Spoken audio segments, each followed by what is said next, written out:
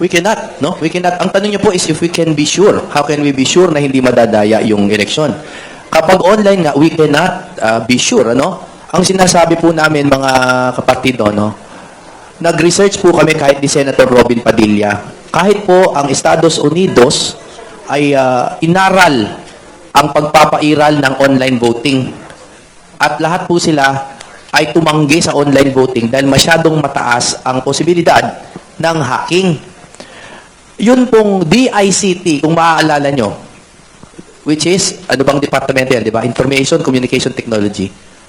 Na-hack ang DICT, which is our, kumbaga, central na agency with regard to technology.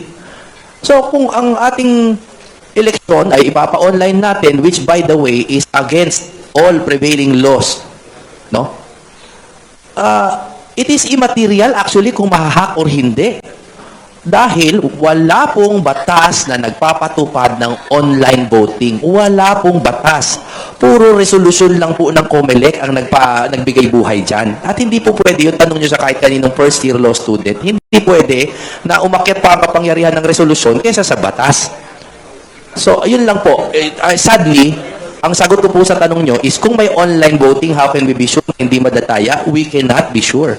So kindly support our petition filed before the Supreme Court na una, magkaroon ng injunction sa pagpapatupad ng online voting at magkaroon ng mandatory injunction or i-mandate ang COMELEC na ibalik sa more dependable na manual voting and counting. Salamat po.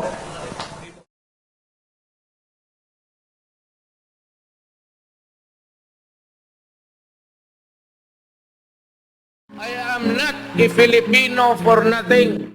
I did what I had to do. And whether you believe it or not, I did it for my country. Pilipinas, Duterte pa rin ang tunay na nagmamahal sa atin.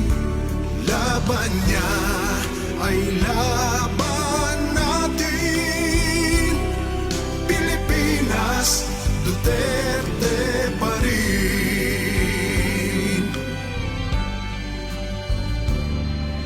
Inang bayang minamahal, lagi kang ipagdarasal na muli kitang makita. Pilipinas, bangon may pag-asa pa. Pilipinas,